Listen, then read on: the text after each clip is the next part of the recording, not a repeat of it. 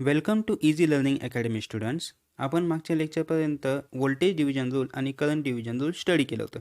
आता आपण Kirchhoff's लॉसला start करणार आहे आणि आज आपण किर्चॉफ्स करंट लॉ म्हणजे KCL स्टडी करणार आहे आणि त्यावरती न्यूमेरिकल्स पण बघणार आहे. तर तुम्ही या व्हिडिओला लास्टपर्यंत बघा, म्हणजे तुम्हाला KCLवरती जर एक्झाममध्ये कुठलंही न्यूमेरिकल आलं तर इझिली सॉल्व करता येईल. So let's begin.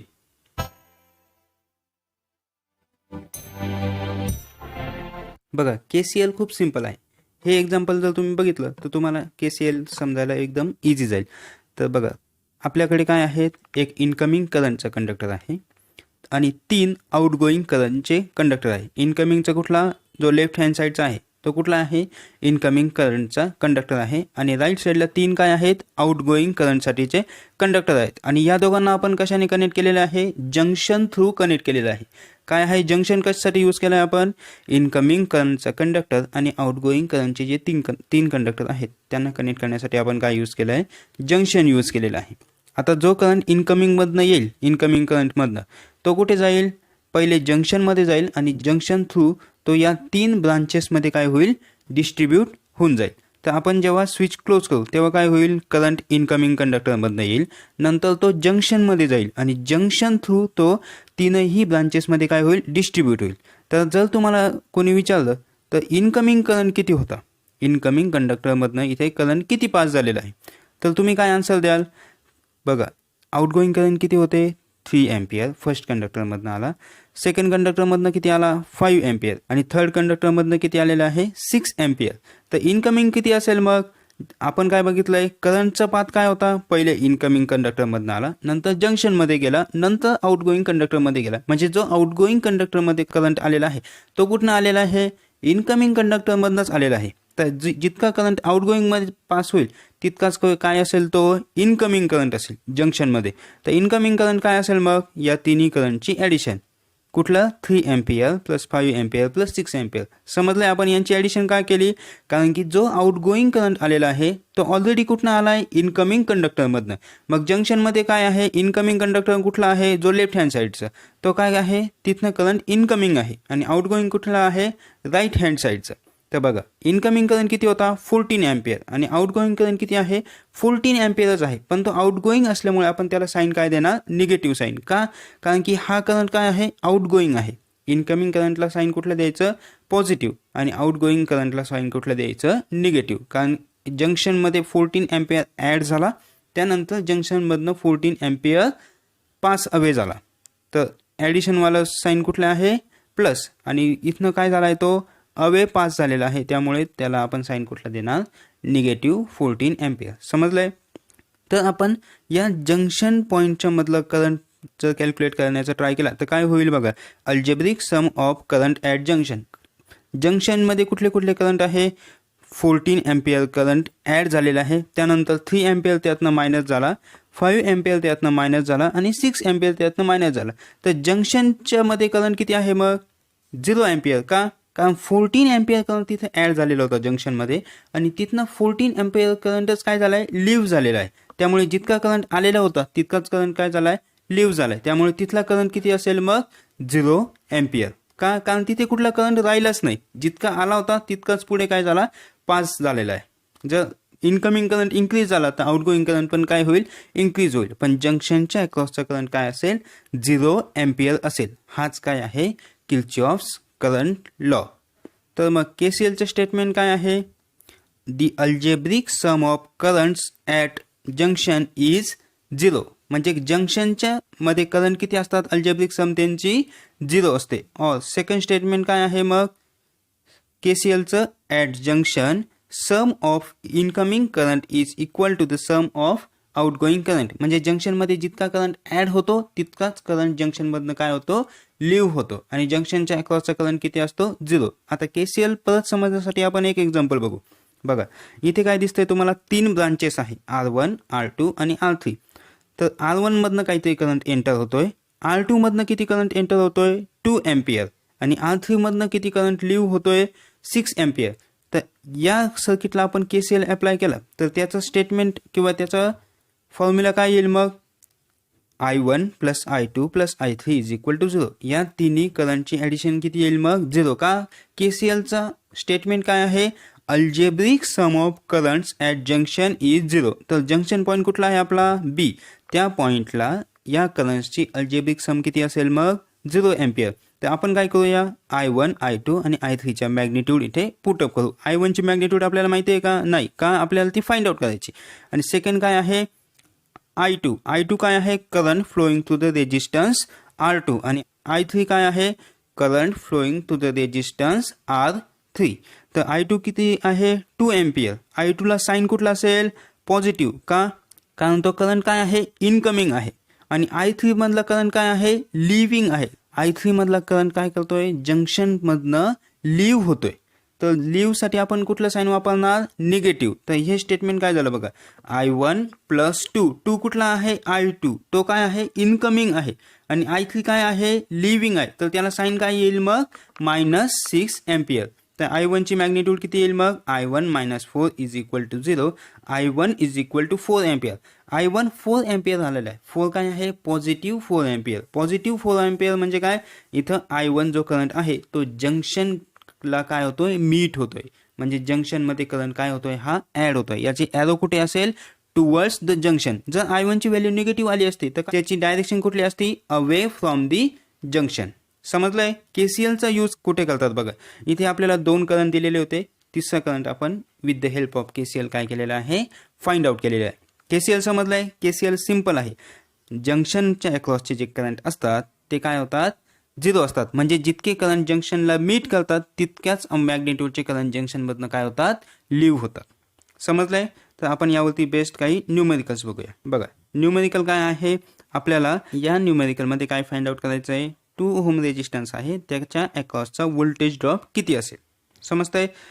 तर त्यासाठी व्होल्टेज ड्रॉप फाइंड आउट करण्याचा फॉर्म्युला काय आहे, ओहम्स लॉ. ओहम्स लॉचा फॉर्म्युला काय आहे, V is equal to I into R. IR काय आहे, current flowing through that resistance multiplied by the magnitude of the resistance. Magnitude आपल्याला माहित आहे, मॅग्निट्यूड किती आहे 2 ओहम. आपल्याला काय फाइंड आउट करायचं आहे, या 2 ओहम मधनं किती करंट फ्लो होतो. तर हे फाइंड आउट करण्यासाठी आपण काय यूज करणार आता, किर्चॉफ्स करंट लॉ. तर किर्चॉफ्स करंट लॉने आपण कसं फाइंड आउट करणार बघा, आपल्याला काय फाइंड आउट करायचं आहे, 2 ओहम या रेजिस्टन्स मधनं किती करंट फ्लो होतोय. तर R1 मधनं किती करंट फ्लो होतोय, 10 एम्पियर. R3 मधनं किती करंट फ्लो होतोय, 5 एम्पियर. आणि हे पूर्ण सर्किट कशाला कनेक्ट केलेले आहे, 50 व्होल्ट बॅटरीला. तर हे सर्किट सॉल्व्ह करण्याची काही आवश्यकता नाही. आणि तुम्ही हे सर्किट सॉल्व्ह करू शकता का, नाही, कारण तुम्हाला R1 ची आणि R3 ची व्हॅल्यू माहिती आहे का, नाही. तर इथे सर्किट सॉल्व्ह करण्याची बिलकुल आवश्यकता नाही. इनकमिंग करंट किती आहे जंक्शन बी ला, 10 एम्पियर. आणि लिव्हिंग करंट किती आहे, 5 एम्पियर, जो R3 मधनं जातोय. आपल्याला फाइंड आउट काय करायचं आहे, R2 म्हणजे 2 ओहम रेजिस्टन्स मधनं किती करंट पास होईल. तर आपण इथे काय करू, KCL अप्लाय करू. कुठल्या पॉइंटला, ॲट जंक्शन बी. तर जंक्शन बी मध्ये जर आपण KCL अप्लाय केला तर याची व्हॅल्यू काय येईल, किंवा याचे स्टेटमेंट काय येईल, I1 plus I2 plus I3 is equal to 0. आपण काय केलं आहे, बी पॉइंटला KCL अप्लाय केलाय. I1 किती आहे 10 एम्पियर, I2 किती आहे 2 ओहम मधनं जाणारा करंट जो आपल्याला फाइंड आउट करायचा आहे, आणि I3 किती आहे 5 एम्पियर. तर आपण इथे काय करू, व्हॅल्यूज पुटअप करू. 10 एम्पियर पॉझिटिव्ह, का, कारण याची डायरेक्शन काय आहे, टुवर्ड्स द जंक्शन. I1 ची डायरेक्शन काय आहे, towards the junction. Plus I2 च्या डायरेक्शन आपल्याला माहिती आहे का, नाही. तर आपण काय करूया, पहिले त्याला पॉझिटिव्ह घेऊया. नंतर प्लस -5 एम्पियर. -5 काय आहे, करंट I3. याला आपण मायनस साईन का दिली आहे, कारण तो बी जंक्शन मधनं काय होतोय, लिव्ह होतोय. आणि लिव्ह होणाऱ्या करंटला आपण डायरेक्शन काय देतो, किंवा साईन काय देतो, मायनस साईन. का, जे करंट मीट करतात जंक्शनला त्याला कुठला साईन द्यायचा आहे, पॉझिटिव्ह. आणि जे करंट जंक्शनमधनं लिव्ह होतात त्याला कुठले साईन द्यायचं आहे, निगेटिव्ह. तर I3 काय आहे, लिव्हिंग आहे. 5 एम्पियर करंट जंक्शनमधनं काय होतोय, लिव्ह होतोय. तर आपण त्याला साईन काय देणार, -5 एम्पियर. तर I2 ची व्हॅल्यू फाइंड आउट करण्यासाठी आपण हे इक्वेशन सॉल्व्ह करू. इक्वेशन काय येईल मग, I2 प्लस 5 कसा आला, 10 - 5 काय होईल, +5. तर I2 काय येईल मग, -5 एम्पियर. तर बघा इथे काय आलाय, I2 -5 एम्पियर. मायनस काय इंडिकेट करतो, की I2 जो आहे तो जंक्शन मधनं काय आहे, लिव्हिंग आहे. म्हणजे त्याची डायरेक्शन काय असेल, लिव्हिंग फ्रॉम दी जंक्शन. समजलंय. इथे टुवर्ड्स द जंक्शन आहे का, नाही, कारण त्याची मॅग्निट्यूड काय आलेली आहे, -5 एम्पियर. तर तो काय असेल मग, लिव्हिंग फ्रॉम दी जंक्शन. आपण I2 फाइंड आउट केला. आपल्याला आता काय I2 ची मॅग्निट्यूड मिळाली. I2 ची मॅग्निट्यूड किती आहे 5 एम्पियर. आपल्याला ही मॅग्निट्यूड कशासाठी पाहिजे होती की आपल्याला voltage across 2 ohm resistance find out करायचं आहे. तर आपल्याला करंटची मॅग्निट्यूड मिळाली. इथे आपण करंटची व्हॅल्यू पुट अप करू. किती येईल V1 is equal to 5 into 2 is equal to 10 volt. झाले न्यूमेरिकल सॉल्व. तर हे आपण न्यूमेरिकल कसं सॉल्व केलं मग पहिले काय पाहिजे होतं आपल्याला 2 ओहम रेजिस्टन्सच्या अक्रॉसचा व्होल्टेज ड्रॉप. तर व्होल्टेज ड्रॉपचा फॉर्म्युला काय आहे ओम्स लॉ नुसार V is equal to IR. यातली रेजिस्टन्सची व्हॅल्यू आपल्याला माहित होती पण करंटची व्हॅल्यू माहित होती का नाही. तर ती आपण कशाने फाइंड आउट केली with the help of KCL. KCL कुठे अप्लाय केला आपण जंक्शन B ला. जंक्शन B मध्ये किती करंट होते 3 I1 I2 I3. I1 काय होता इनकमिंग, I2 काय होता आपल्याला माहित नव्हता आणि I3 काय होता लिव्हिंग. तर आपण यावरनं काय फाइंड आउट केला पहिले I2 फाइंड आउट केला आणि त्या I2 वरनं व्होल्टेज V1 फाइंड आउट केला. तर आपण आता नेक्स्ट एक्झाम्पल बघू. नेक्स्ट एक्झाम्पलमध्ये काय दिसतंय आपल्याला 50 व्होल्ट बॅटरी आहे. परत R1 R2 आणि R3 कनेक्ट केलेले आहे. इथे I1 ची व्हॅल्यू किती आहे 10 एम्पियर. परत I2 ची व्हॅल्यू आपल्याला माहित आहे का नाही आणि I3 ची व्हॅल्यू किती आहे 5 एम्पियर. आपल्याला फाइंड आउट काय करायचं आहे व्हॅल्यू ऑफ रेजिस्टन्स R3. तर बघा इथे आपल्याला R1 ची व्हॅल्यू माहित आहे का नाही. R3 ची पण व्हॅल्यू माहित आहे का नाही. मग जर आपण इथे हे सर्किट सॉल्व्ह करण्याचा ट्राय केला तर आपल्याला व्हॅल्यूज मिळतील का नाही. अशा वेळी काय करायचं इथे KCL अप्लाय करायचं. KCL ने काय होईल बघा आपण काय करू नोड B ला परत KCL अप्लाय करू किंवा जंक्शन B ला KCL अप्लाय करू. जंक्शन B ला जर KCL आपण अप्लाय केलं तर काय येईल मग आपल्याला equation I1 plus I2 plus I3 is equal to 0. I1 काय आहे परत current flowing through the resistance R1. I2 काय आहे current flowing through the resistance R2 तो किती आहे 2 ओहम आणि I3 किती आहे current flowing through the resistance R3 तो किती आहे 5 एम्पियर. R2 ची व्हॅल्यू किती दिलेली आपल्याला 2 ओहम गिवन आहे. तर आपण इथे जर अप्लाय केलं तर काय होईल 10 एम्पियर इनकमिंग आहे प्लस I2 आपल्याला फाइंड आउट करायचा आहे प्लस -5. परत हा मायनस का आला कारण हा करंट काय आहे लिव्हिंग आहे. लिव्हिंग करंटला आपण साइन कुठला देतो मायनस. तर इथे परत करंटची व्हॅल्यू काय येईल मग I2 is equal to -5 ampere जे आपण मागच्या न्यूमेरिकलमध्ये सॉल्व्ह केलं होतं. आपल्याला आता याचा यूज करून काय फाइंड आउट करायचं आहे R3 ची मॅग्निट्यूड फाइंड आउट करायची. आपण कशी करणार बघा आपल्याला काय फाइंड आउट करायचं आहे R3. तर बघा R2 मधला करंट किती आहे 5 एम्पियर आहे आणि R3 मधला करंट किती आहे 5 एम्पियर आणि हे दोघं कसे कनेक्ट केलेले आहे पॅरलल मध्ये. आपल्याला हे कसं कळलं की हे दोघं पॅरलल मध्ये कनेक्टेड आहे कारण यांचा स्टार्टिंग पॉईंट आणि एंडिंग पॉईंट काय आहे सेम आहे. जर तुम्ही आपले मागचे लेक्चर बघितलं असेल तर तुम्हाला हे आयडेंटिफाय करता येईल की सिरीज पॅरलल कनेक्शन कसे असतात.